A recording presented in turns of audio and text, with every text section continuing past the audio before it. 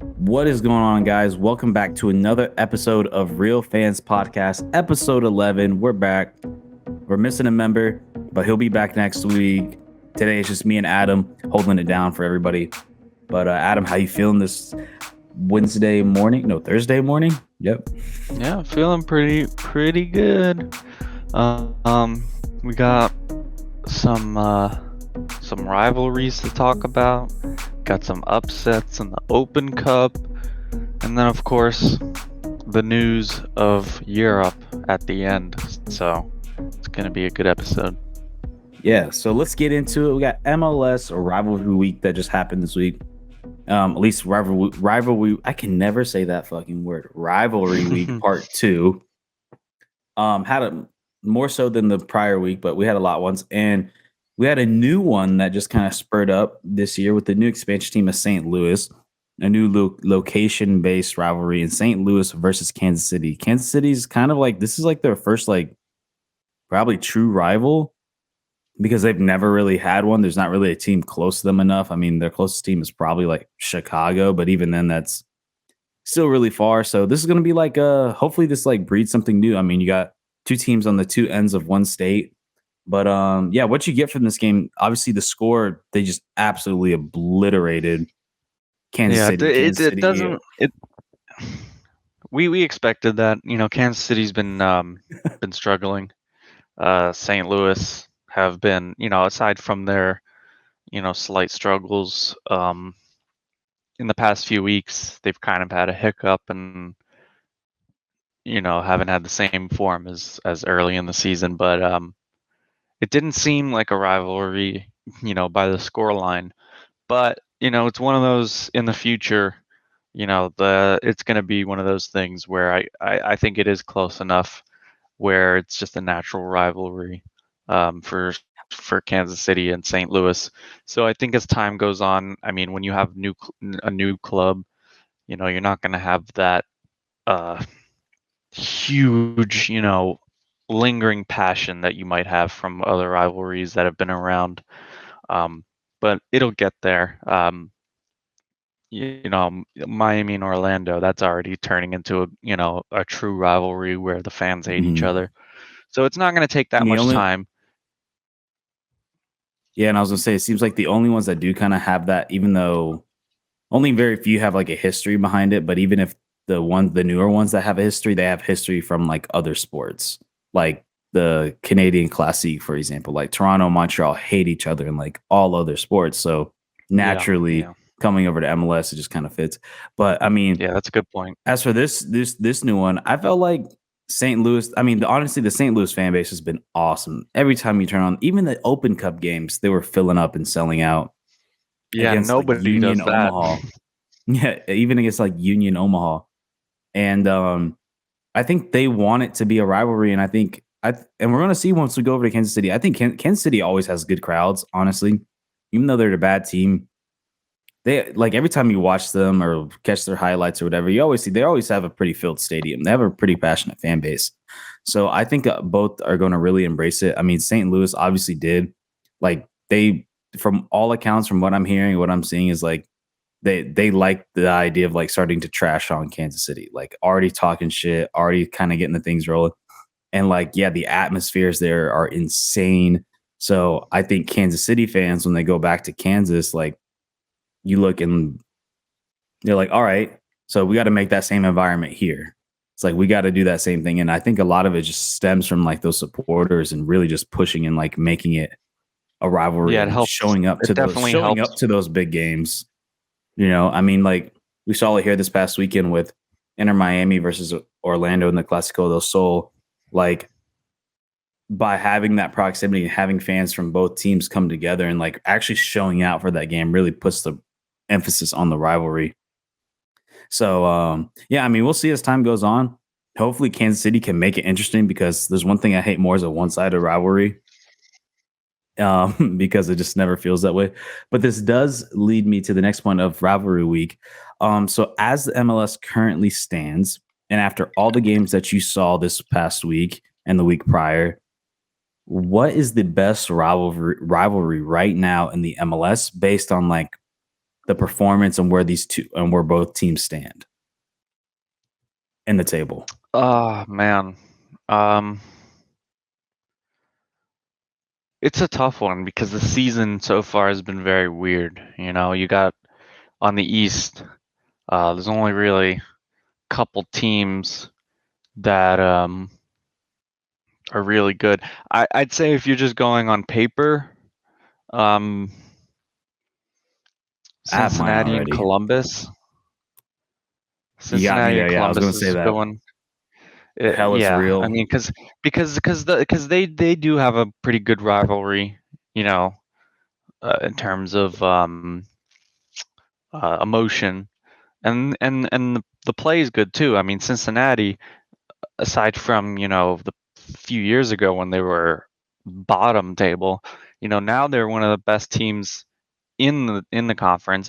And then you also have Columbus, who's always very consistent, and they're finally getting used to their new coach. Um, I knew it wouldn't be perfect for them in the beginning of the season, but that's a great rivalry. Even though the Galaxy have started out really bad, that's still always a good rivalry. The LA Clasico, the El Tráfico, that's always good. So even with LA not having the best of starts, those are probably what I would say are my top two. Yeah, for me as of right now, like based on performances and like matchups I want to see, like Columbus and Cincinnati is definitely up there. Like obviously you're talking about two of the best teams in the league. Cincinnati just got a part of top of the supporter shield race. Columbus is not too far behind them, a top team in the East. And yeah, due to that proximity to each other, and then obviously the name, the hell is real, is honestly to me like the best naming for a rivalry I've seen in a Yeah. while. Like, do you know the history behind that? Um, I feel like when you tell me this, if you tell the story, I'll remember. But I feel like I've read about it before, but I just can't remember. So apparently, I forgot what the highway interstate is, but the drive in between Columbus and Cincinnati, which I believe is only like an hour and a half to 2 hours, it's not far apart at all. There's like apparently this historic billboard that's been there for decades, like since the 70s or something like that, that just says hell is real. I guess it's just been bought for or owned by like a church or Yeah, something. yeah, it's like one of those. So it's Yeah, just yeah, it's yeah, just been there for it's like this iconic thing like everybody drives by in between the two cities. It's just like this thing. So and then honestly, as for the game itself, like man, that game was awesome to watch. I didn't get to watch it in person because we were at the inner game. But going back and watching the highlights and watching the recaps of the game, like, man, I wish I could have watched. That was one hell of a game, a huge back and forth. Cincinnati takes the yeah. lead Good and then three they and lose it, come back. And then the fans were insane. They got that whole stadium orange, which is really cool to see and see all the colors come in. And then the Columbus fans showed out in their section. It was really awesome. And then you, like I said, having two high powered teams with two higher powered strikers and two strong offenses, it's going to be really good. So to me, like, yeah, that's the best rivalry on paper when it comes to like performance and where the table stands and everything. Um, Now the best rivalry in history across soccer history in MLS, to me, that's to go Seattle Portland. Oh To yeah, me, there's like without a no other doubt. Yeah, option. I was gonna Like, say that too. If you're talking about historic, yeah, 100%, not even a question. and I always think it's funny that like even though there was technically a rivalry game between Vancouver and Seattle this this past week, and technically they're a part of the Cascadia rivalry, but to me, like a three-team rivalry is not really a rivalry. There's always going to be like a team that's left out, and to me, Vancouver is that. The real rivalry is between Portland and Seattle. Like anytime I bring somebody on to like soccer or like the MLS, I'm always like, look at a Portland Seattle game. Like Portland, I think since their inaugural season and they opened Providence Park for MLS, they have not had a game that wasn't sold out in their history, which is crazy. That is insane. Like, how many teams can you really say that? Like, in all the sports, like, at least in America, like, the only other team I can think of in America that's like that is like the Green Bay Packers. um, where just Yeah. every Yeah. game, no matter what, since its history, is just sold out, and it's pretty cool to see that in the MLS they have one of those teams, and then Seattle has a strong fan base, always has one of the highest attendances in all the league. So seeing those two go, and I mean their history even predates the MLS. They go back to like the NSAL days, and like seeing like the Mhm. riots on the field, the fights on the like fans would storm the field and fight. Um, and then Portland Stadium alone is like one of the oldest stadiums in the country. It's like almost 100 years old. It's pretty cool. Like the to me, like it's no doubt they're one of the top, one of the best in all of history. Like if I Yeah, everything about it. anybody to look at, like it's that one. As for underrated though, for me, like one that's not talked about enough is one I briefly mentioned though earlier was Toronto Montreal. To me, Mm, they always have really good matchups, especially since they've both been in MLS for the past 10 years. Both have really good matchups. And then also too, just there's a natural hatred. And this is what I learned about like when I went to visit Montreal this past November. There's just a natural hatred for Toronto. And I guess their clash of like two different cultures, like one being very French based and European esque versus yeah, like Toronto, it's very kinda North like, American. if you're New York, you hate, Boston Jersey. teams, Yeah, or and that Boston. too. Yeah. Yeah. So it's just like that one to me has always been like a super underrated one. I mean, even in hockey, like the Maple Leafs versus the Canadians is always just a massive. It's something that even though their MLS rivalry doesn't stretch back too far, only about like 10 to 15 years, I think, that city rivalry has been there for decades amongst prior teams. And like I said, I think that could play a huge part into a lot of these current rivalries is like, I never, I mean, I get the New York Derby, like having them the two teams in one, but like, and I know they hate each other because like they call the Red Bulls a Jersey team, the New Jersey Red Bulls. Yeah. But I always feel like they should like really push into that the New England and Boston, I mean, New England and New York rivalry because of that history. Yeah. But I also get Yeah. the inner city rival of like, not even really inner city rival. It's like the other damn state, but yeah. What do you think is an underrated one from what you've seen? Underrated. Um, man, that's a tough one. I think that, even though both teams, and, it's I know this is probably hard to say from, our perspective because it didn't seem like that, but I think that, Orlando, Miami is a little underrated. I think it's actually advanced a lot further than I thought it would be already. I thought it wouldn't be. Same, I agree with you in that aspect. Yeah, I don't think it would have been, where it's at. It's hard to put it into the correct words, but you understand, and I'm sure everyone listening kind of understands what I mean by that.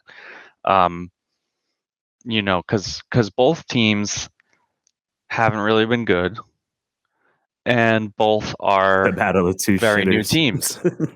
And both are new teams. I mean, yes, Miami's newer than Orlando by, handful of years, but Orlando are a very new team as well.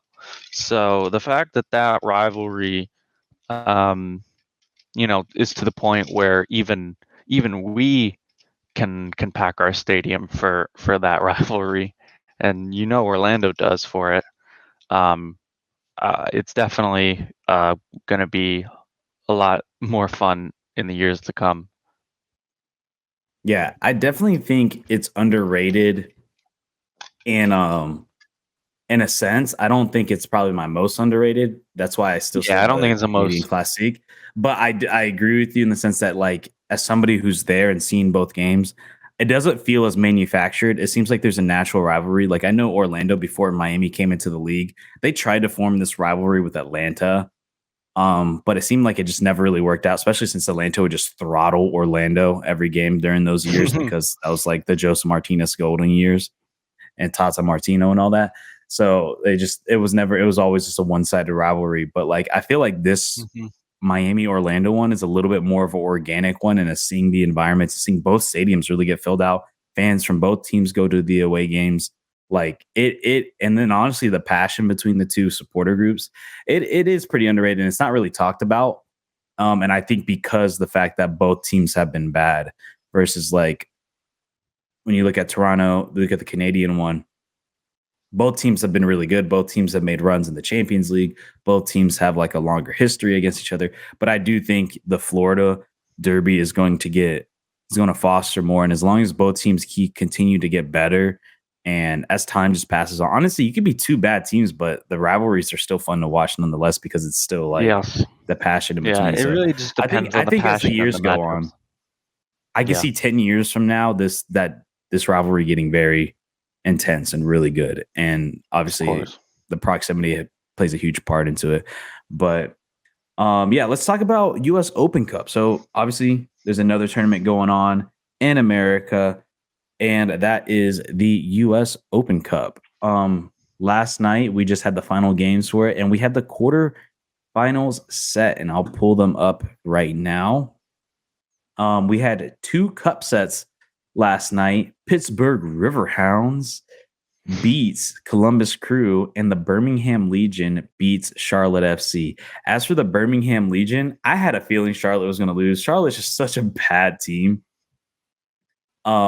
So I had a Yeah. feeling that was going to happen. The Columbus And I did losing to watch some of Pittsburgh. the highlights, and it didn't help that what I don't remember the name of the player, but a player on Charlotte got a second yellow, and it was a very boneheaded second yellow. Um, so that definitely didn't help them. They're not a good team as it is.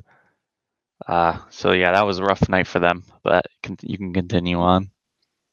And then, yeah, I mean, the Pittsburgh game against Columbus, even though Columbus obviously put out like a third team essentially, the atmosphere seeing from Pittsburgh has been awesome. And that's the one thing I love about the US Open Cup is seeing the atmospheres of the USL games. Because to be honest, I don't really watch USL. I'll throw on like a USL game here, and if there's like literally nothing else to watch and I see that it's on, and I'll throw on like something, maybe like a San Diego, like a USL team that I know has a strong like atmosphere. Not Miami FC. They're literally a money laundering team, but I firmly believe that.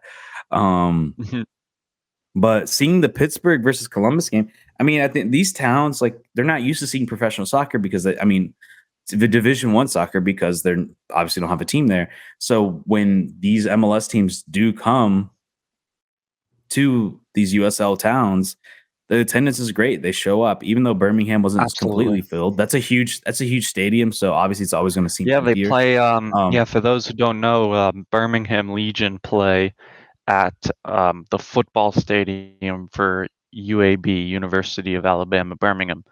So it is a pretty big stadium. It's not like they're not playing in the Mercedes-Benz Dome or anything like that. But yeah, they have a pretty big stadium. it's too big for them. Yeah, I mean, Yeah, so it's but too then you big look for at them. Yeah, Pittsburgh, who has a proper stadium for their size, and honestly, a beautiful view. I don't know if you saw the highlights of that game. I caught the end of it, and then I watched the highlights at the beginning. Man, their stadium has an awesome location right on the river. You can see the Pittsburgh skyline. I know so all the Pittsburgh teams, all their stadiums, like the Pirates, have an awesome view because it's right on the other side of the river and they open it up so you can see this downtown skyline. I believe the Steelers are the same, and apparently the Pittsburgh Riverhounds. So it's really cool to see Pittsburgh. And this tournament to me always brings in more fans, like like of those other teams. And I know every time the US Open Cup comes around and you see these cup sets and you see like these lower division teams have massive fan bases and they beat MLS teams, the first thing that comes up is Pro Rel. And as cool as it would love to be, and I would love to see that, it's just like, man, like, come on, guys, like, let's pump the brakes a little bit. Like, these MLS teams are putting out like third, second team players and they yeah. still kind of win it. MLS teams don't start putting out first teams until really about now. So we could talk about the matchups and guess kind of do our predictions from the quarterfinals. So Inter Miami is taking on Birmingham Legion FC at Birmingham. Birmingham has the home game, so Inter Miami is going to have to travel to Birmingham. Who would have thought that? I bet you Campana never thought he'd be going to Birmingham ever in his life, but Yeah, he is. yeah, all of these guys. I mean, geez, the international guys. They're like, oh wow, where are we? We're playing in Birmingham. I Wait, always what say the fuck is that? Birmingham because I like to say Birmingham because of the English Birmingham, but I know it's Birmingham. Yeah, this is the South, boy. It's a So Birmingham. so so excuse me. I like to say Birmingham. But I mean, to me, there's no question. Phil has been kind of putting out full lineups. Um, Oh yeah, 100%. well, That's the only reason we won the Nashville game, yeah. I if we're mean, the being Nashville honest. game, they put up a first team. Obviously, you had Joseph Campana. Everybody, the whole squad was there. Nashville put out a like a kind of an in between of a first and second team. They had some big starters in there. Honey came on towards the end. Like the tricky part, and I think Nashville kind of suffered from this is like trying to find that when you go up against an MLS team, trying to kind of predict what other team's gonna put out. When you're going against a USL team is it's much more easy to predict because at the end of the day, you know what their top talent level is. When it comes to like in this cup game, like when two teams put out like these lineups, it's always kind of hard to guess. But Nashville kind of paid the price for it. Obviously, I would assume there's always a reason why these bottom tier teams always make it kind of towards the end of the U.S. Open Cup because this is the only thing they got to shoot for, and this is what Phil probably needs to keep his job I personally. would agree. So, yeah, to me, Inter they're going to put out a full lineup. They're not going to play no games. They're going to advance. So I think we both got Inter. Now we got FC Cincinnati versus Pittsburgh Riverhounds. This to me, this is where it's kind of tough because it's like, yeah, how much does Cincinnati respect their opponent? How far do they? I mean, I will say the quarterfinals is about the time where teams start putting out full lineups. If I Yes, had to yeah. guess, I think Cincinnati is going to want to pull up a full lineup, especially because, and I don't know if people thought about this, but because this is leading into the summer, and Yeah. Cincinnati has a lot of young talent that they might lose this summer, including Brandon Vasquez, their star striker. So my guess is you want to try to get as far as long in this tournament. So when you hit this tournament, which is semifinals in August, you've made that ground up. You know what I mean? Like I guess Yeah, so yeah. because say No, I Cincinnati's can team totally kind of agree falls with that. apart. So it's like because Cincinnati supporters top of the supporter shield, but like how long does that last once the summer passed? So you want to try to get ahead of the Open Cup as much as possible. So I mean, I have to pick the favorites of Cincinnati, but who you got? And you're at Cincinnati. Yeah, I would agree. I think Cincinnati would go for this, even knowing the fact that this is on the other side. You're gonna probably play Inter Miami, who I'm sure they think they can beat, or Birmingham Legion, which they definitely could beat in a semifinal. So I think Cincinnati, if they're looking ahead, not even talking about losing the players, but just looking at the bracket, I think that they see an easy path to the final as long as they don't play around too much with the lineups and respect the opponent. Yeah. And then let's hop across over to Chicago Fire versus Houston Dynamo. I think Chicago goes through. I think obviously if we're going based off regular season play, Houston has just not looked good away, but they just play so well at home. And being away, I just feel like Chicago at home, they're going to get it done. They're getting healthier. They're starting to perform a little bit better. Like I Yeah, think they're going to and advance to the and you're right. If semifinals. if Houston was at home, I'd be more inclined to pick them because they really are. Um, I mean, they're a good team as it is, but at home they're very very good. Um, but Chicago, they have looked impressive in this tournament as of late. This game could definitely go either way, but I think Chicago are definitely hot, and the home draw will suit them. Because I think that's the only way that Chicago could have gone through. Because if this was run at Houston, I think they'd probably have, very little shot of moving on. A shot, but I wouldn't see it happening. Yep. And then the final game in the quarterfinals, Real Salt Lake at home versus LA Galaxy. And the aforementioned LA Galaxy, the team that everybody's talking about this year because of all the shit going on with the owners, the coach, the fans, everything, the performance on the field. I don't know if you saw, we could briefly talk about it, but the whole everybody like absolute roasting Ricky Pooge for pulling the Messi and taking off his jersey to the supporters of LAFC, and everybody's roasting him because it was against LAFC's B team, clearly. Not even a B team, their C Well, team. And then that Kalini came out the next day saying, I forgot what basically like saying that he looks stupid for doing it. I forgot the exact words that Kalini said, but he was basically like going after Ricky Pooch for what he did. I kind of agree. I don't think that they should be giving him have that much shit, but that is true. I mean, you look at the lineup. I mean, you know, LA Galaxy essentially put out the team trying Except to for win, Chicharito. with That's the I only mean, exception was no he Chicharito. That he was was literally the only he was exception. wasn't he in this? I could have sworn he was in the squad. Let Was me he? double I check thought he that. wasn't. Let But me yeah, I double check mean, for the that most part, before everybody we else played it. move on. Lineup. Yeah, he played. He didn't play well, Oh, but he he did played. Yeah. started? So, yep. So Galaxy, I mean, come on now. LAFC absolutely put out, B/C team, and LA Galaxy are putting out Ricky Pooch and Chicharito. Um, so LAFC didn't even put I out agree. Chiellini. They didn't even put out Yeah, no, Chiellini. they didn't. Yeah, I know, right? I mean, it's actually kind of insane. But so I agree. I think it was a little much. Um, I don't think you should be getting, reamed for it. But yeah, it was it's a little soft. Yeah, and also too, like, let's not forget LAFC, they're going into the Champions League final next week. So like it makes sense. They Yeah, might I don't even give a rest. fuck. They might even rest this week. This Yeah. upcoming weekend, which is something to think about in our predictions. So it's like, dude, like, do we care this much about the US Open Cup when we could be the second team in history to get the Champions League trophy, which is they're And clearly do the it and favorites. do it in back-to-back years for an Yeah, MLS and they're club. clearly the best team on the continent right now. Like it it's like, yeah, it is a little corny. I get it. And then but you know what? It's not the celebrating, it's how crazy he went about it. And it's just kind of like a little cringe.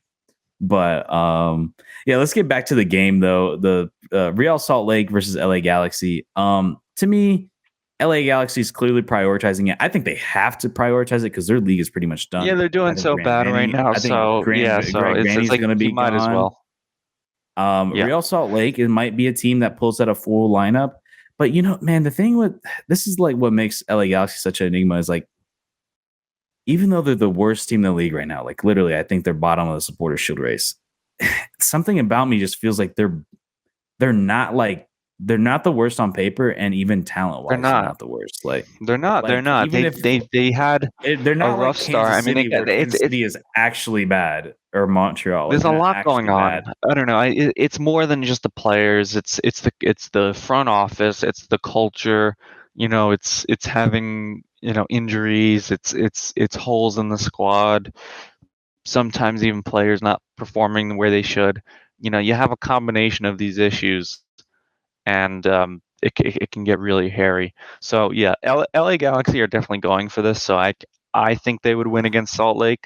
I think they're just like screw it, and if that's the lineup they're putting out against LAFC's C team. Yes, it's an El Trafico technically, and it's a rivalry game, but even LAFC are like, then it's pretty obvious that Galaxy are going for it. So I would favor them to move on.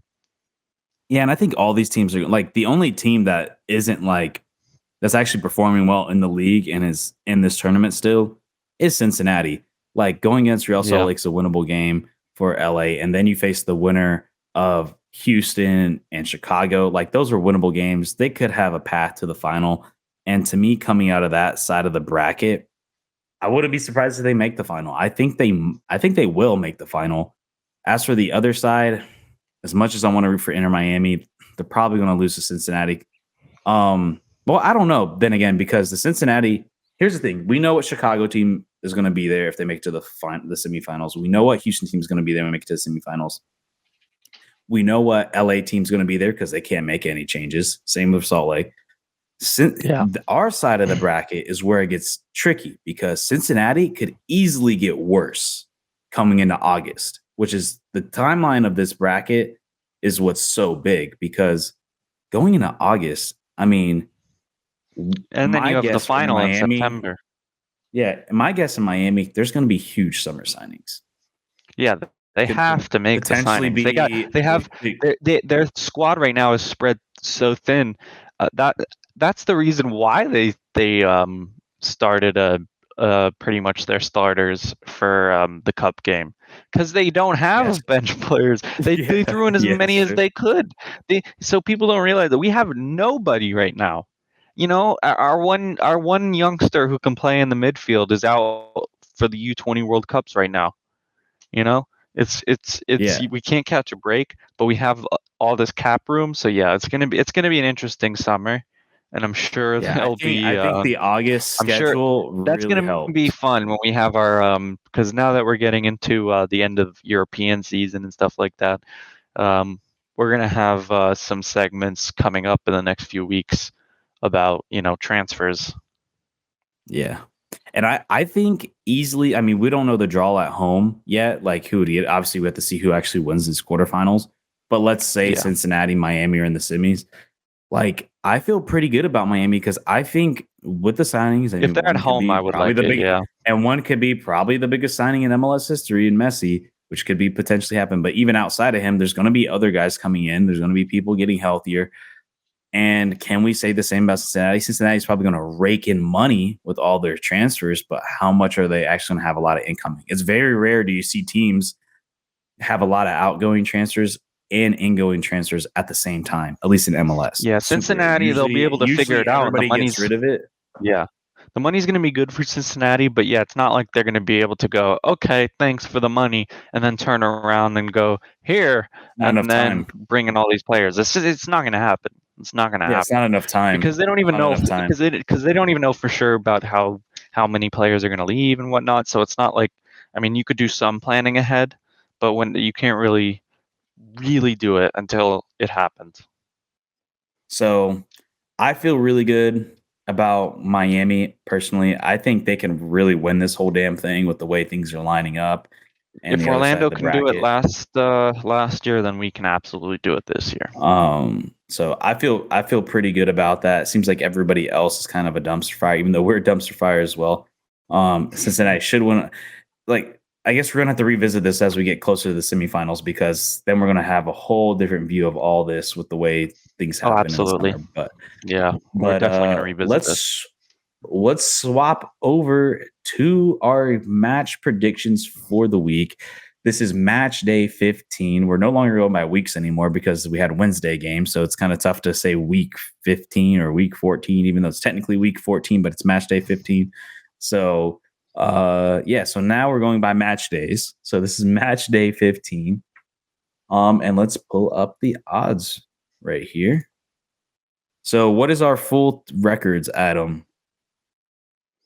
All right, let's get it going. So our full records, Julian is 80 correct picks, 87 incorrect picks. Just I'm below slightly 500, just behind. below. Yeah. And I'm slightly behind him with 76 correct picks, 89 incorrect picks. Um, then we have Tyler, very distant, with 63 wins and 84 losses. Although he's been doing a lot better lately, so Yeah, he's been catching up. He had a really he's really getting rough yeah, start. rough start, but yeah, he's getting there. So let's get into the first game. We got Montreal versus Inter Miami. So personally, man, I'm not betting on this game. This game is so tough to predict. Montreal is getting a lot better. And then honestly, every time I pick damn Inter Miami, we win. I mean, every time we pick them, they lose, and then every time I don't pick them, they win. So don't trust my opinion on this one. I'm picking pure off emotion. Inter Miami loses, and um, with that plus 280 and Montreal minus 115.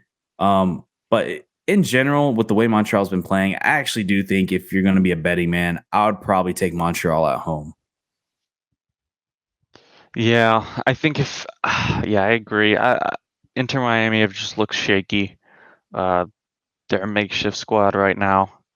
Um, Montreal have been improving and they've looked much better, especially at home. So I think Montreal is a safe pick. All right, don't put Inter Um, Miami. Actually, just give me Montreal. Like that, as much as I yeah, want to pick, just give me Montreal. yeah. And then Tyler, he well, of course he's going with Miami to win. Yeah. All right. Next game, New England Revolution versus Chicago Fire. New England minus 115. Chicago Fire plus 270 away, with the draw being a plus 260. Give me New England here. They're by far the better team, and you're at home. This is an easy pick for me. Yeah, I agree. I think this would be a little bit more interesting if it was at Chicago, but I like the Revolution here as well. And Tyler agrees, so we all have New England. All right. Now we got Toronto FC versus DC United. Toronto plus 105, DC United plus 220, with the draw being a plus 230. Man, Toronto, they're going through all kinds. They're right up there with the Galaxy with just messy situations. I wish we could have more time to talk about it this week, but maybe we'll bring it in the topic sheet next week about everything that's going on with them. But Yeah. DC is getting better. I think Rooney's doing a good job with what he has. Um, but I'm gonna go Toronto at home here. Yeah, I could see that happening. I just think the way both these teams are, I could see. I'm gonna go with a draw. Um, and Tyler also has a draw for this game. All right. Now we got New York City FC versus Philadelphia Union. New York City plus 105, Philadelphia Union plus 230, with the draw being a plus 230. I think this game is actually going to end up in a draw. I have a very hard time picking against New York to lose at home. That baseball field is such a huge advantage, but Philly is still a good team nonetheless, even though their record might not show it. I'm going draw here. I think they go no. I mean, 1-1. Uh, yeah, I have to agree. New York, they that field is such an advantage to them, but I think if anyone can just come out with a draw, it's Philadelphia. So I'm Draw gonna is go a victory. Philadelphia here. Or yeah, draw, yeah, yeah, for them. So I think Philadelphia are gonna get the draw here. Um, and Tyler thinks that NYCFC will win. All right. Now we got Atlanta SC, or not bad, Orlando City SC plus 120 versus Atlanta United FC plus 185, with the draw being a plus 240. I think Atlanta gets the victory on the road. They're just the better team overall. Orlando, they had a big win against Miami, but in general, Miami is kind of a struggling team right now with injuries and lack of formational continuity. I'm going Atlanta here. I'm gonna have to agree with you. Atlanta's just more talent. They're more talented. And I do think that a big win against Miami at Miami isn't the best thing to brag about right now, even if it is a rivalry game. So yeah, I'm gonna agree with you with Atlanta, and Tyler has Orlando winning. All right. Minnesota United minus 105 versus Real Salt Lake plus 240, with the draw being plus 240. I'm going to take Minnesota at home. They've been a solid home team. They've been a solid team in general all season. I like Minnesota here versus Real Salt Lake.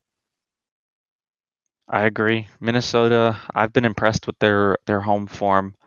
Um, it's not that Real Salt Lake can't, get a draw or something out of this. But if we're betting people, then you kind of have to go Minnesota on this one. Um, and Tyler actually has a draw for this. All right. Now we got Houston Dynamo versus Austin FC. Houston plus 105, Austin plus 220 with the draw being plus 240. I like Houston at home. I every time I pick Houston to lose at home, it just doesn't work for me. Houston's been a very strong home team. Austin still can't get it done this season, even though they did have a big road victory against Seattle. I think Houston gets it done at home. Semi Texas Derby kind of s thing here. Yeah, So yeah. yeah, I got No, I Houston at agree. home. I Houston, like them at home. Houston are a force at home, and Tyler agrees. So this is one that we all have Houston. All right. St. Louis versus Vancouver Whitecaps. St. Louis plus 110, Vancouver plus 200 with the draw being a plus 240. Give me St. Louis at home. They seem to be back on a roll again. They had a little bit of a dull, but Kansas City that I think is going to ignite something in them again. Joao Klaus. Yeah, I'm not sure if he's coming back next week, but nonetheless, I think St. Louis just has a lot of firepower, and Vancouver away just hasn't looked too strong. So give me St. and Louis and St. that Louis, crowd. St. Louis have also, oh yeah, for sure. But St. Louis have also been playing tougher opponents lately. So I think that this is what they need, especially with their big win that they just had. So I agree, St. Louis all day, and of course he loves his St. Louis, so he's picking St. Louis as well. Yeah. Next game, Colorado plus 140 versus FC Cincinnati plus 165 with the draw being plus 230. Give me Cincinnati at home, top of the supporter shield, best team in the league right now. Colorado, one of the worst teams in the league right now. Yeah, I Even though hate they're at home, I Colorado. still like They suck. Cincinnati. Yeah, yeah. It's not as it. You would think Colorado would have a bigger advantage with their elevation, but they're just that bad. So Cincinnati for the win. Tyler agrees. We all have Cincinnati here. That's your Euro brother, man. Like yeah, that's Arsenal same owner. Yeah, you can go It's fuck your MLS himself. brother. I could give it. I could give a shit about his other teams. It's funny. Before you move on, it's even though that I root for Arsenal like passionately, I actively root against his other teams. All of them actively root against him. It's fucking wild. I mean, just think about that for a second. Well, my prem brother is Fulham, so same Yeah, that's owner. a good one to have. Good one to have. They're a LA fun club. I Galaxy like them. versus the good season this year. LA Galaxy versus Mm, Charlotte FC.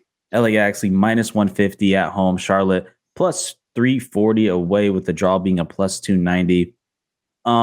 We talked about LA. I think LA is progressively getting better and better. Charlotte is a bottom tier team in this league this season. They've had a horrible start. Their start to the MLS has been disastrous. Probably worse than Miami. Like it's been very bad. So give me LA Galaxy at home here. yeah, I agree. I think LA they're getting better. Um, And yeah, they're talent. It's still hard to pick against the talent. yeah, You know what I mean? it's That's in hard. there. It's hard. And Charlotte, they've been looking so bad, especially, midweek in the US Open Cup. It's just I can't see them winning this one. Losing to So Birmingham. this is another one that we all agree on. Tyler also has the Galaxy to win. All right. San Jose Earthquakes plus 100. FC Dallas plus 240 with the draw being a plus 240. So we've talked about how San Jose has been a little sneaky good this season. They've gone on a little bit of streaks. FC Dallas still one of the top teams in the league, but a part of me wants to go San Jose here. I think San Jose gets a big victory. San Jose has been cleaning up on bottom teams, but I want to see them go up against a really tough team, and I think they can get it done here at home against the Dallas. So I like the favorites here. Yeah, I'm gonna. my brain says San Jose, but I'm actually gonna go draw here. I think Dallas, they're one of those teams. They haven't been amazing, but I think they can do it. I think this is the kind of game where I could see it being a 1-1. Um, and I haven't been going for many draws this week, and there's gonna I know it's gonna be somewhere, and I just have a suspicion it's gonna be here. So I'm gonna say I don't think I draw, picked any draw. and uh, I could double check. I think we might have. Um, Tyler has San Jose winning, so he agrees with Okay. you. But I'll let you know if you picked any draws in just a sec. I'm pretty positive I put no draws, but all right. So you got draw. I got San Jose, and so You does put Tyler. NYCFC draw. That's your only draw. Yep, that's it. Yep. I have So here we NYCFC, go. Toronto, and that San Jose with draw. Ooh, So we got Seattle Sounders Seattle versus New York Sounders. Red Bulls. Sounders minus 105, Red Bulls plus 280 with the draw being plus 220. Give me the Sounders at home. New York has not looked too great this season. Seattle, like we've talked about time and time again, they are back. They're one of the best teams in the league. And you're at home. Give me Seattle.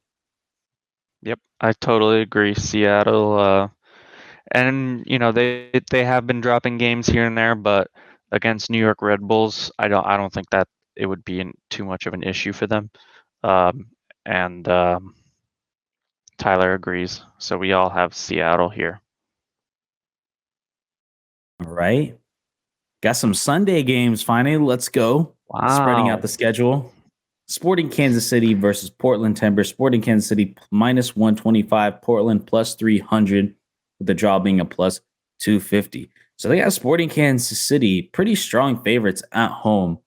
Um, I might have to check the injury report for Portland, but I'm actually going to go draw here.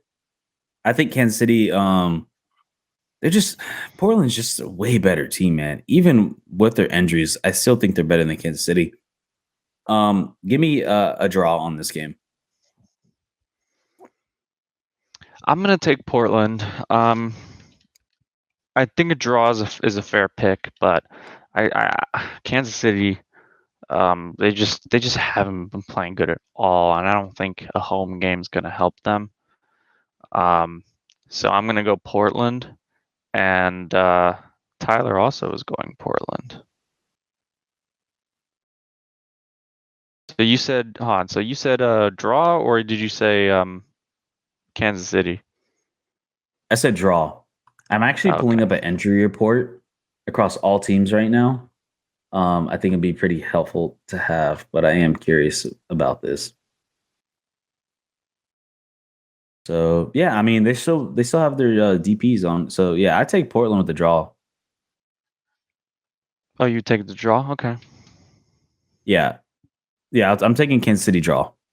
Yeah. Okay. And this is the final game of match day 15, the Battle of the Yellow Bumblebee Kits. Yeah. The Nashville yellow battle. SC Nashville SC minus 115 with the Columbus Crew plus 290 with the draw being a plus 230. I'm actually going to take draw here. Nashville, they struggle to score. They're very stout defensively, but honestly, like Hani Mukhtar is the heart and soul of that attack, which really limits him. I feel like his stats could even be higher if he had somebody up there with him, a pure striker, a pure nine. Um, so I'm gonna go draw here. Nashville, they're always known for grinding it out, getting 1-0 victories. And then Columbus, on the other end of the spectrum, have a really strong offense. So yeah, I think Columbus is gonna get theirs. Chucho and Zelleran. So I'm going draw here. Yeah, I'm gonna have to agree with you. This is just one of those games that has draw written all over it. Um, yeah, I And don't Nashville's think I need to still go out more without into it Walker because I think Zimmerman. you just said everything. Yeah, that that And they're that still definitely out hurts Walker them. Zimmerman, which Yeah, is and so Tyler yeah, also and says those draw, so that's everybody saying draw for that. So those are the Nashville's picks the draw kings, for. man. Yeah, I know, right? They It's are the draw crazy, kings. But crazy, that crazy, is crazy. the picks for match day 15. We'll come back next week to talk about and see how we did. So yeah, let's hop over across the pond and talk about some Euroball now. So, right now, there is only one league left without a champion in the top. When we're talking about the top 5 leagues, there's only one battle for the title spot. And that is, funny enough, out of all the leagues, who would have guessed it? The Bundesliga is the last league to not have a champion crowned yet. Normally, we already know who's going to be winning it. Normally, it's Bayern. It's been like that for the past 10 years that Bayern cleans up the league before, like 10 weeks before it even happens. But this year, they had some competition. Union Berlin had a really strong start. Dortmund, as always, is always trying to chase them. And this time, it seems like they might actually get them. Leipzig had a really good season. Also, like the top four, the top five, because even Freiburg was in there in that race. Really gave them a run for their money this time. So let's get they're hitting their final match day this weekend. We have Dortmund is going up against, let me get this straight. Dortmund is going up, Mainz 05. and And then then Bayern, I'm going up Bayern, against Cologne. FC Cologne. So as things stand, Dortmund has a 2-point lead, 70 points to Bayern 68. I'll pull up the table right here for you guys. And yeah, so Adam, I'm gonna throw this over to you. Do you think Dortmund is going to get it done?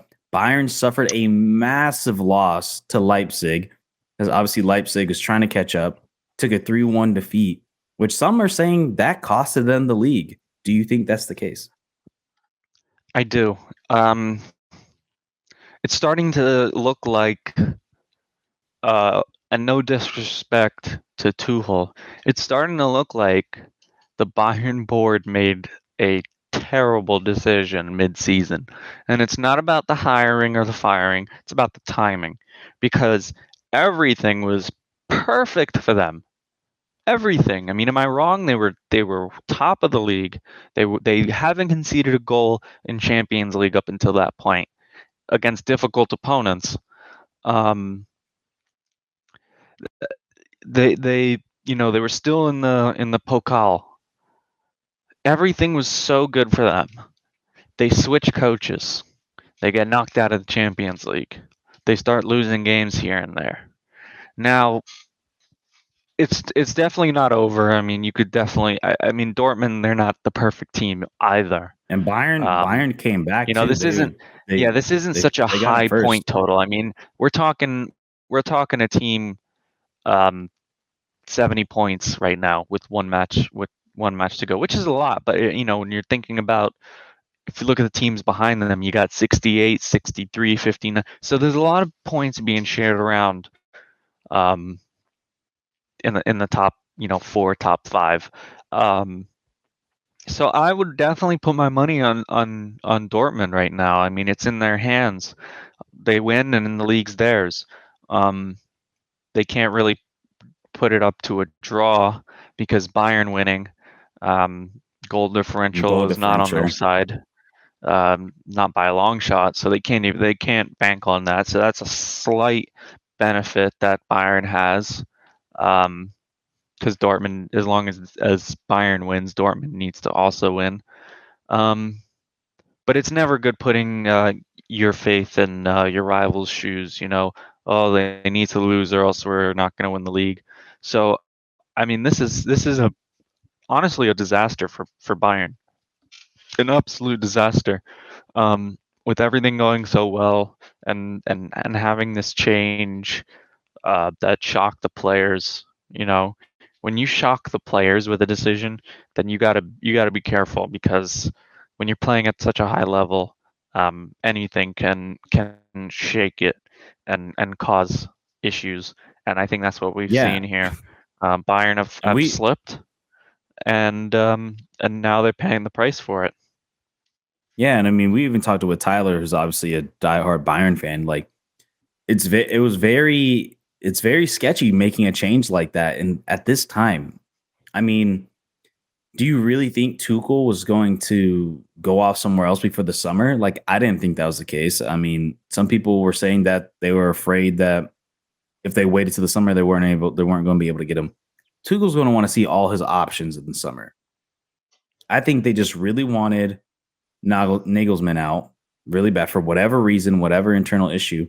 And they might pay the price for it. This is what they won 10 straight. And obviously Tuchel takes over. They get knocked out of the Pokal. They get knocked out of Champions League, embarrassingly so. And now they took a massive defeat against Leipzig to then put Dortmund, your rivals, in front of you. And now pretty much the fate's in Dortmund's hands. They got to go up against a bottom tier, not bottom tier, mid-table team, and win it all, which we all kind of know, like the disparity in Bundesliga, where it's like kind of the top is usually a lot better than the mid-table.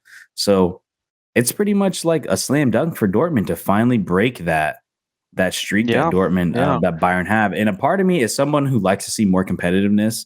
I think it's good. I think this was honestly a great year for Bundesliga. This was one of the more competitive years they've had in a while. You had Union Berlin in first place at one point. Like, how many times have you heard that? Um, so there was a lot of back and forth, and even that top four, top five race was really tight.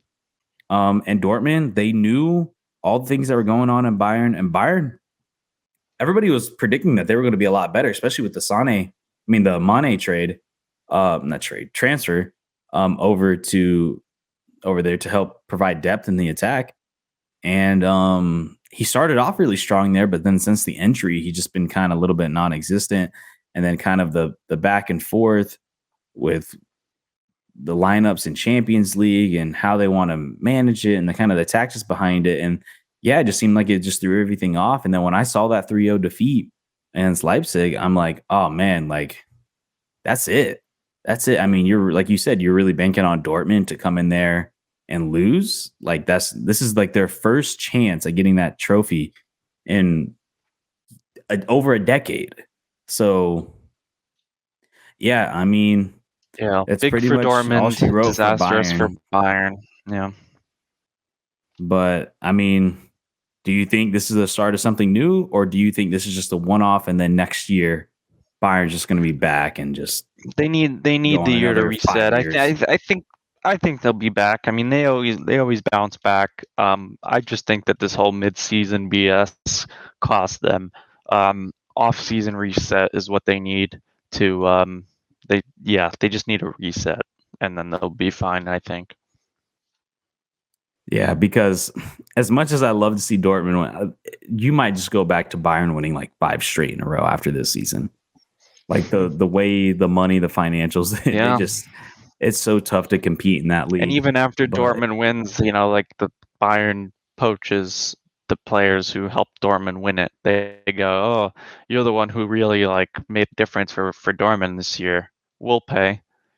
And they pay like and Dortmund, the rival tax, and oh, Dortmund sells them. this is good. Yeah, I mean, this is good for Dortmund too. I mean, obviously Dortmund makes so much money from Yeah, because outgoing they transfers. They make they so much. predicted. Yeah, Like, they you know they're how a much they're talent probably going to get factory. for Bellingham? Like, yeah, they're going to Oh, get a lot for Bellingham. Some Prem so team much. is going to want to bring him home to England, and they're going to make a shit ton. And then on top of that, they're going to win the league. And that's why part of me thinks like they got to win the league now. Like they have to, like, step on their throat and win it now because, like, Dortmund, they only have a few years with this type of talent before they go off and Yeah, go to bigger things. and one thing I mean, that I I don't want know the to. details, but I've never understood, like, as a team like Dortmund who makes so much money from outgoing transfers, plays in Champions League football, like, why don't they just keep and invest the players? Like, I've never understood that. Like, why are they not like a just Yeah, I don't know. perennial like I Champions think League that's just how contender? their I think that's just how their club has always operated. They're like a talent factory. Um, Like, I just feel like as a it's fan, very I would be weird. so frustrated. Like, I'm like, you have Yeah, so much talent that always goes through. And then it's not like you're a team that doesn't, it's not like you're a bottom team or like that never will and the never win a players do Champions want League. to It's just go. like this It's is a not like they. team that has a strong fan base. They make good money like they can keep players and go for a championship more often and really push Bayern in the Bundesliga and push for Champions League titles. I've never really understood it.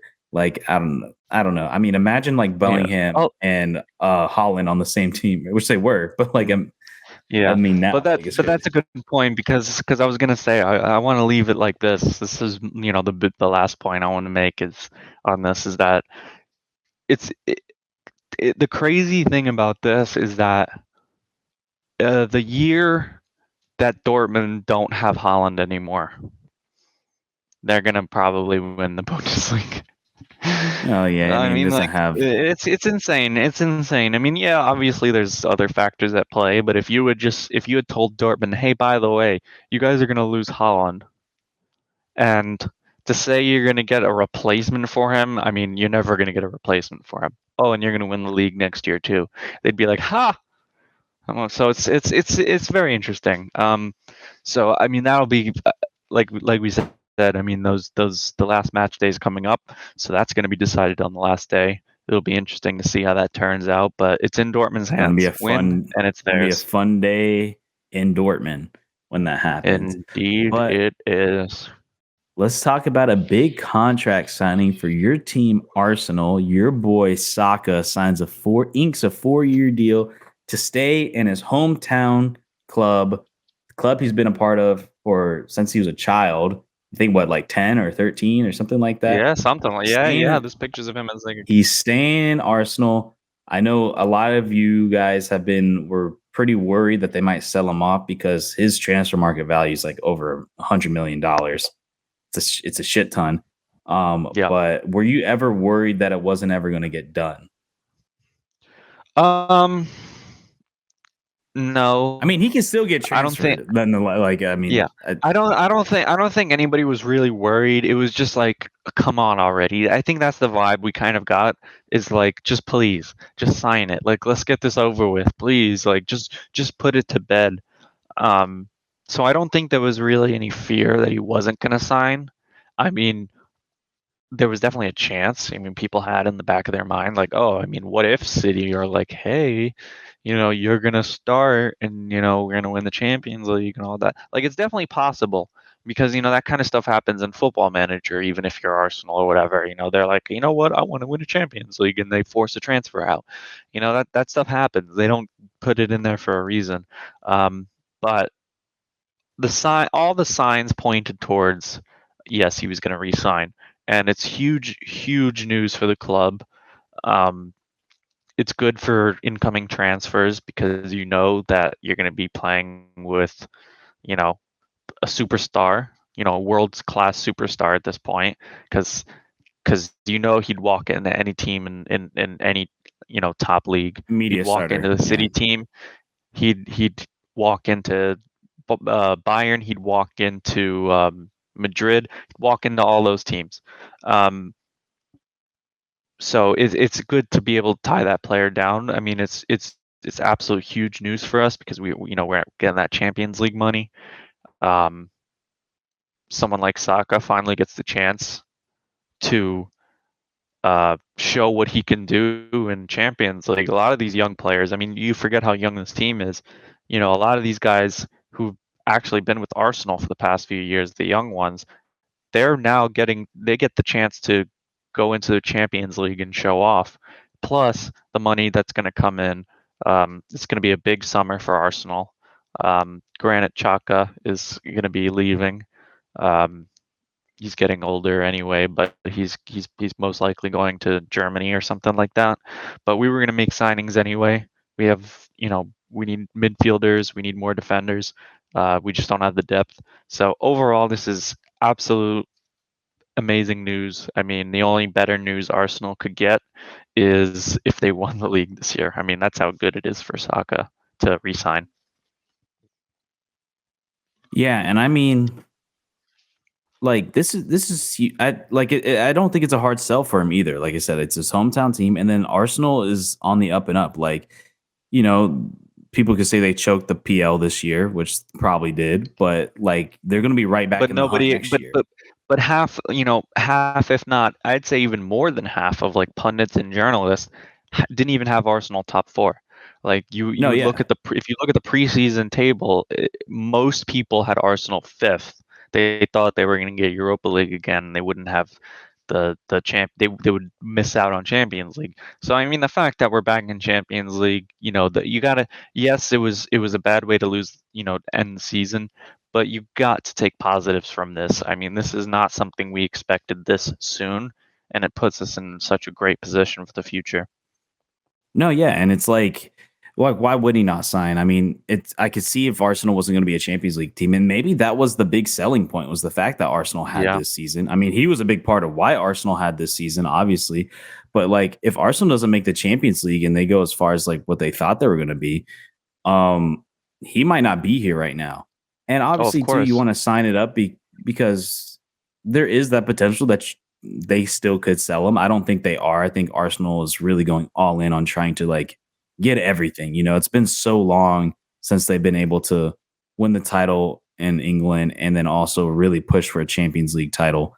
So, and I think keeping him is a integral part. And Arsenal's about to, they're about to make some big signings because they need that final push to get over the city hump in the Prem, and they're going to need that push to go up against the likes of Real Madrid and Barcelona or whoever you want to throw up there, like to win it. So yeah, I think it's a big signing, and at the end of the day, I don't like you said, I don't think there was any need to be worried. I think he's right where he needs to be at the end of the day. I mean, some people were talking about could he go to Real Madrid and take over Rodrigo's spot, but I don't know. Like, what would you do if somebody came up to if Real Madrid came up to Arsenal and was like, "Here's 130 million. Let's get Saka." I mean, it's just tough because, like, what are you gonna do with that money? Like, if there's someone that you can get, like, like, I know this isn't a like for like, but let's just say Bellingham, a player like Bellingham was like Saka's position, and you said if we get rid of Saka, Bellingham would come to us, then maybe I'd be like, I guess, like it's not because like he's just that good. I've always, and even when I've And if seen you him in can afford person him, you play, can afford been him. fortunate enough to see him in person, along with Odegaard, and those two guys are next level. I mean, once I saw them get their feet on the ball, it's like holy shit. This is like I've never like even as someone who's seen Arsenal before then. Like I've seen actual Arsenal play in Europa League and in Premier League in person. And even then, when I see players like Odegaard and Saka on the ball doing their thing, you know it's special. You just know. Um, so Yeah, I it, mean, he's one of the so best even if they players, did, for yeah. sure So one of even the if best they, yeah, players in the world. exactly. So even if you gave me that money, it's like it's I would prefer to keep him. But if you are gonna give me 130 million or whatever, um, you better have someone who is also world class to come right in because you just need to, and that's what he is. You can't replace unless you can replace with another world class, then it's waste. Yeah, and I know it's a little premature because we're going to go in the summer transfer window, and I'm sure Arsenal's going to make signings leading into this Champions League. But like, if the what do you expect? Obviously, not knowing who you're going to bring in, but what do you expect going into this next season? Are you expect is it title or go home? And then as for the Champions League, how far would you be okay with them going? Um, it depends on the draw. Definitely need to get out of the group stage. Like that's a Um, must. Like you have to get it. Yeah, you yeah, should. I'm gonna be honest yeah, here. we got to get out of the group stage. Like like I'll tell you what would be Even really even if it is a freaking. tough group, you should get top two. Like even if it is Yeah, a tough group. yeah. It would be extremely, extremely memey if we came in like third and went back to the Europa League. Then people would be like, "All right, what the fucking shit? This again? Like, come on, man! Like that's the only thing like that you can get like thrown into it with a third place." So yeah, Arsenal need to get out of the group. In terms of title, the Premier League title. I don't think it's win the title or go home, but I think they proved this season that with the right signings, they need to be in the title fight. So I think as long as they're in a legitimate The title fight fight. like they were this year, then there won't be complaints. I mean, obviously it depends on the matches, you know, um, and how it ends up.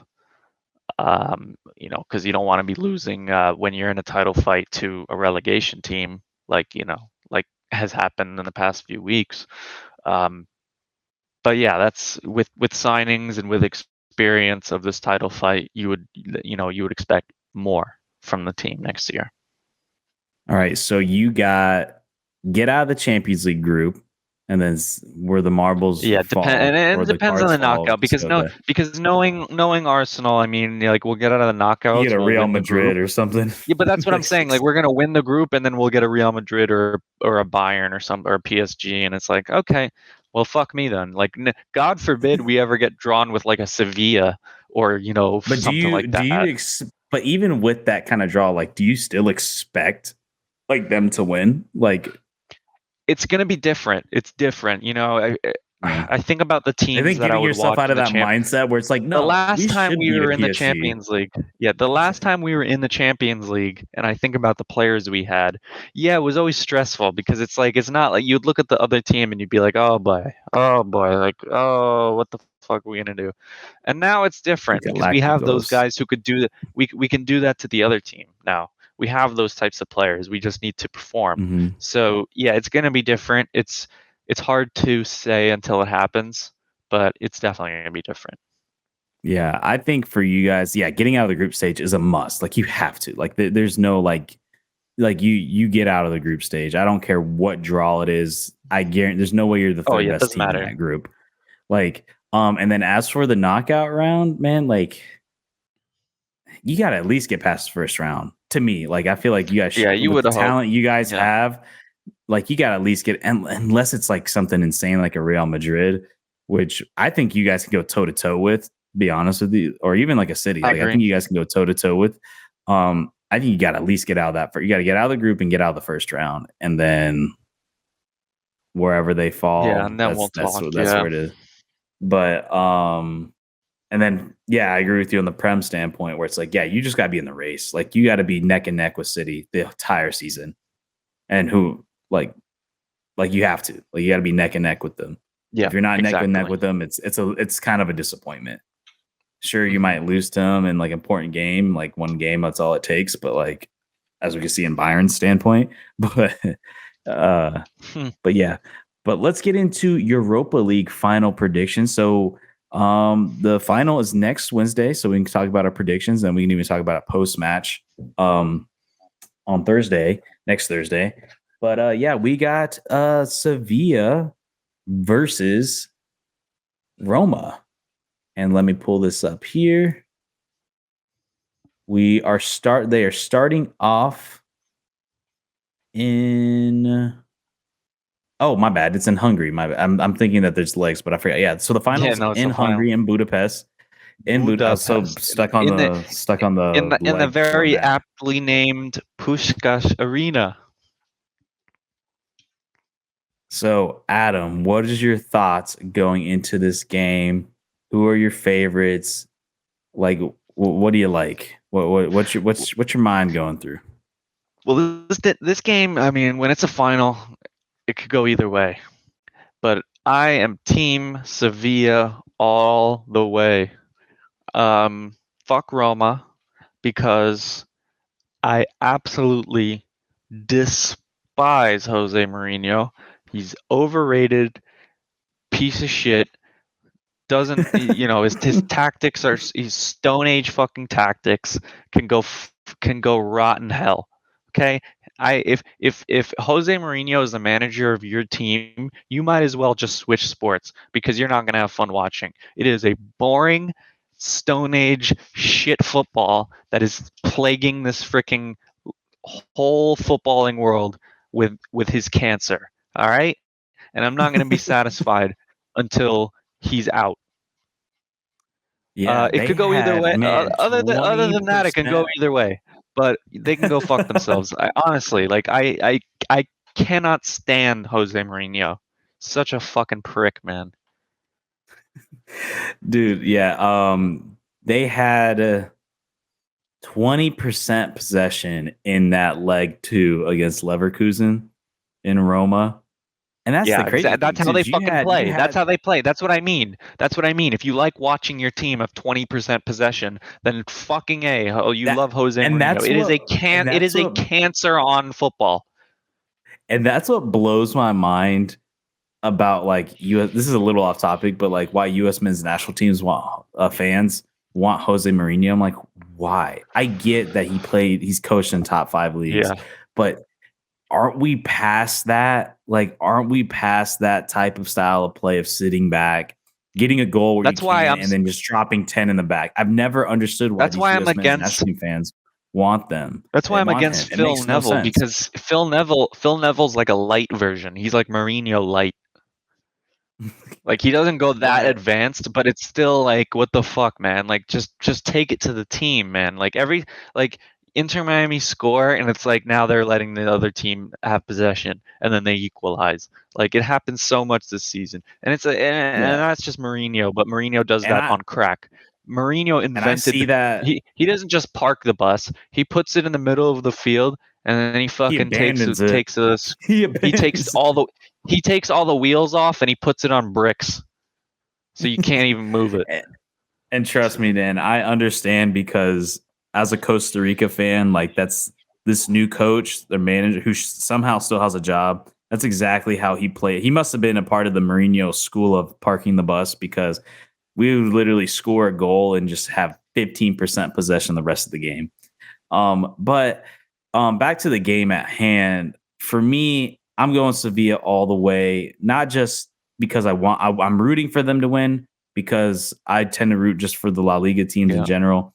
But I think they're just the better team. They went I through agree. a really tough. They went through a really tough bracket as well. Went on take on PSV. Then they beat Fenerbahce. And then they beat Man U in a 5-2 aggregate Yeah, they beat and then Man took U on and Juventus. Juve, yeah, who Crazy. was having a So, really good Europa League, as you can see here. Like, and they took him out.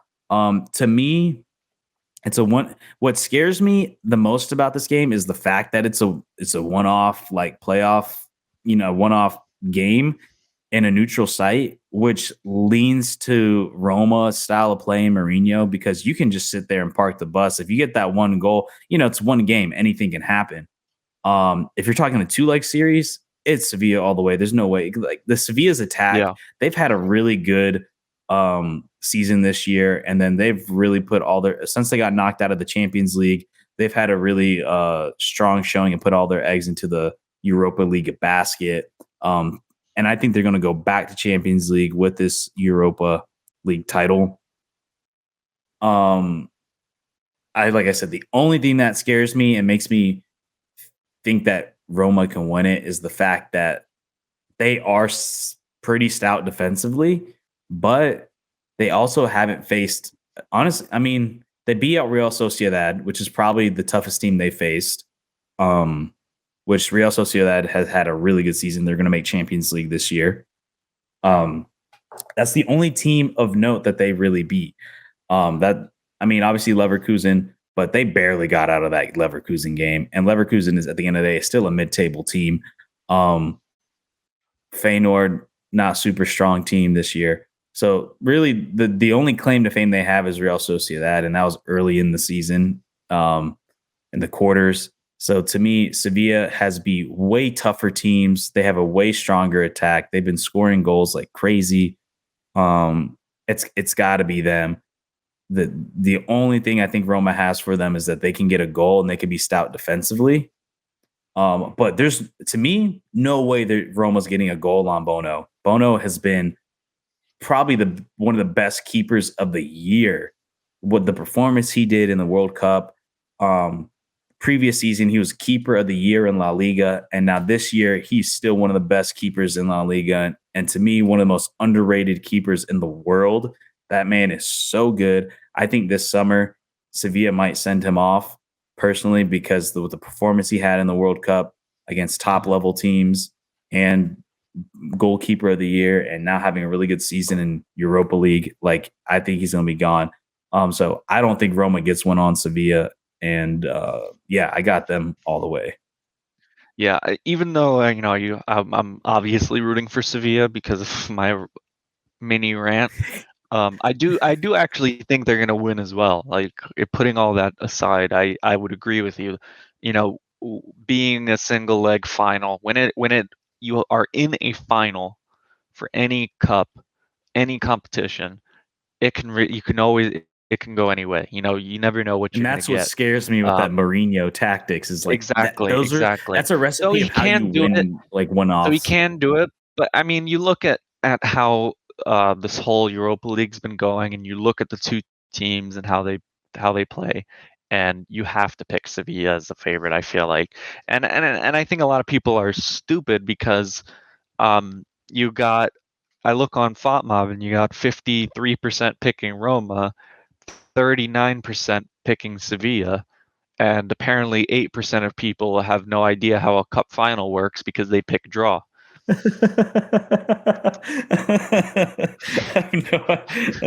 Unless we're talking about regulation, which I don't think you honestly should. I I wouldn't. don't think that. I don't think they should have that. I mean, maybe, I guess, but like, Jesus Christ, guys! Like, it's Because like who? I don't It's know. I hate the that. question. I It's hate not. that It's because not who will win.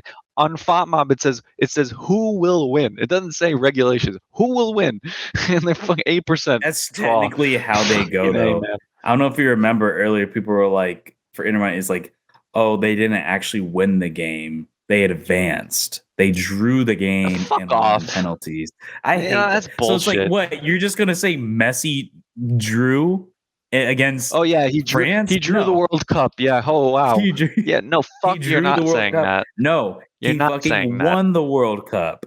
He won the world. He didn't draw the World Cup. He won the World Cup. No, he picked up the trophy. Sevilla's going to pick up the trophy. And like, I get, like I said, I understand why people pick Roma because of the way they play. The way they play is honestly perfect for winning a one-off game. You play transition ball. You let Sevilla have which is an attacking face team, let the and catch them off guard with their pants down. But the only thing is, like, bro, as long as you got Bono back there, like, I feel safe that Roma gets shut out. Like, I don't think they get a goal. That man is unreal. And even so, Sevilla's defense is still strong. And Like, maybe I'd Sevilla give Roma is not. credit if they had Dybala like healthy. Then I'd be like, yeah, he's the kind of guy who can, and he's not even been amazing with Roma, but he's the kind of guy who could like just pull something out of his ass. But he's not even going to be there, so And you Sevilla's don't even have fully that. healthy. They have nothing to play for because they're not making any qualifications in league play. So they're in ninth place right now. Like, they went all in on this Europa League to get back Yeah, into the they Champions don't, they League. only have one player out, suspended, and that's Marcos Acuna. Um, so he won't be playing. But other than that, yeah, I think Sevilla, they're set up better. Yeah. So, It's well, gonna be that's our interesting, and I can't prediction. wait to, yeah, I can't wait to talk about that next week. Hopefully, I Yeah, get that's going to to be, I think it's going to be hopefully I get to a nerve celebrate wracking game. the death of Mourinho, because I'm just so Yeah. done with this man. Then he comes So to done with the him. U.S.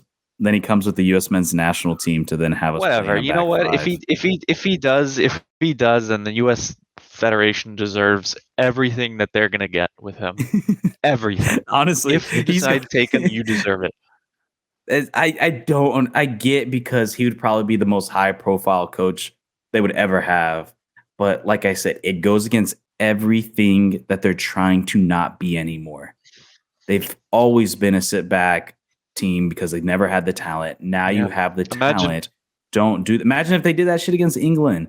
But I'm just saying, US like, actually looked imagine if better than if England. if imagine they hire Mourinho, and then Balogun is like, okay, bro, what the fuck did I just do switch for? He's like, I'm not gonna Yeah, do man. anything. I'm just gonna be holding up play. He's But the yeah, fucking target man what they just blasted yeah, I forward know, to. right? It's like, I oh mean, god, it makes us. They're gonna go fucking six man in the back against like Honduras or something like that. Like, ugh, disgusting, but anyways, we're gonna end disgusting. it We're going to end it there. I want to thank everybody for listening to the podcast and enjoying episode 11 of Real Fans FC. I hope to see you guys next week. We're going to talk more footy here in the United States as well as across the pond in Europe. And yeah, you can find us anywhere you get your podcasts as well. We're on all the social medias, of course. And yeah, please don't forget to subscribe and leave a comment. Let us know what you think and if we're retarded or not. So yeah, let us know. Yeah, See we you always guys in the like next to hear one. that. Yeah, go Cats! We're gonna win the cup final, buddy. All right, peace out, everybody.